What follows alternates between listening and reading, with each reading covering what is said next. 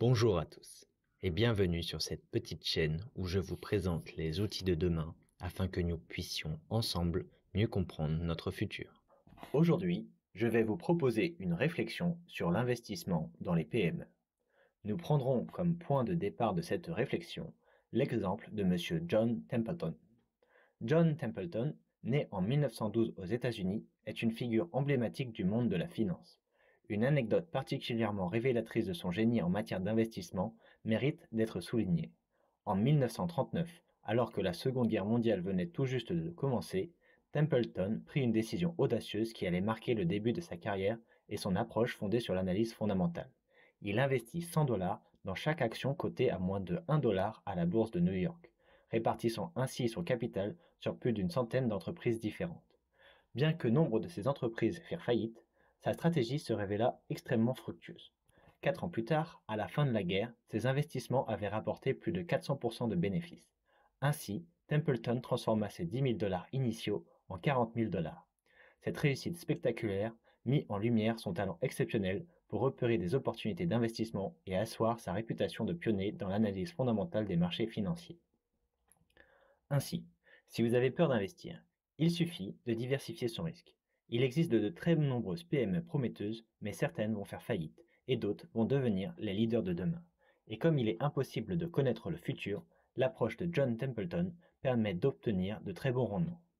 Attention, tout investissement comporte des risques, ceci n'est pas un conseil en investissement et il ne faut engager que les sommes que vous êtes prêt à perdre. Toutefois, l'inflation grignote petit à petit votre épargne, et si le risque ne vous fait pas peur, alors vous pourriez obtenir des retours sur investissement et dans le même temps aider des entrepreneurs à développer les outils de demain. Notez cependant que John Templeton n'a pas fait ses investissements au petit bonheur la chance. Il s'est appuyé sur la valeur fondamentale des entreprises. D'ailleurs, vous trouverez en description les 10 règles que suit cet investisseur de génie. Dès lors, sur la base des indicateurs montrés dans notre précédente vidéo et à l'aide d'un screener de marché, il est possible d'obtenir des entreprises intéressantes sur lesquelles investir. Je prends dans cet exemple le screener du site TradingView qui est gratuit et très complet.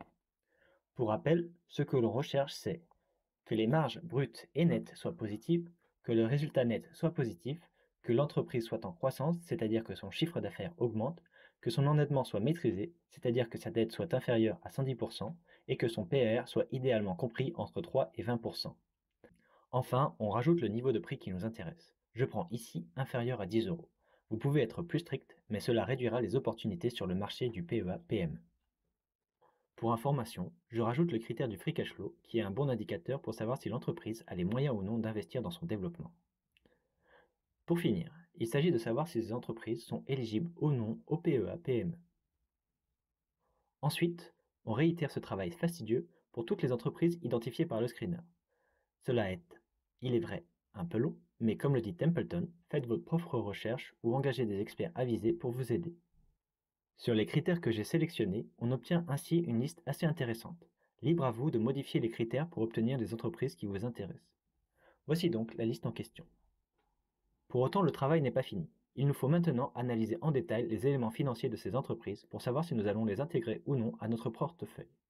Je vais effectuer l'exercice sur une seule entreprise, mais n'hésitez pas à me dire en commentaire si vous souhaitez que je fasse l'exercice pour d'autres entreprises. Prenons la première entreprise de la liste, Adux. On voit tout d'abord qu'elle a un prix d'achat très intéressant. Regardons maintenant ce qu'elle fait. Adux est spécialisé dans les prestations de publicité digitale. Le groupe accompagne les annonceurs, les éditeurs et les commerçants dans le développement de leur stratégie digitale.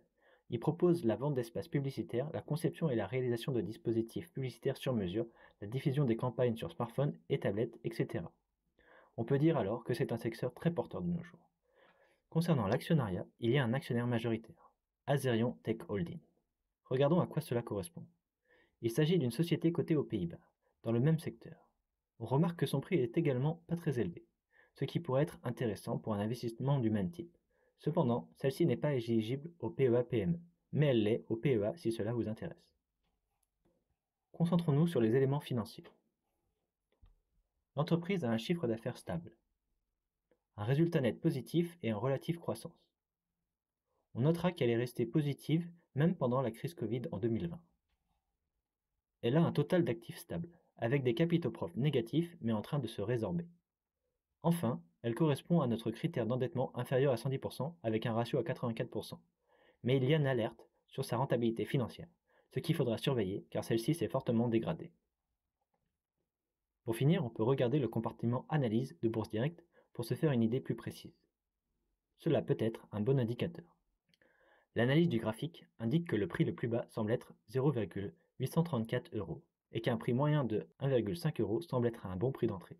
J'attendrai donc que le prix tombe en dessous de 1,5 € pour en acheter pour environ 100 €, soit 67 actions. J'espère que cette vidéo vous a plu. Si c'est le cas, n'hésitez pas à la partager, à laisser un commentaire et à mettre un pouce en l'air, comme vous le rappellent tous les youtubeurs. À bientôt pour une meilleure vidéo sur les outils de demain.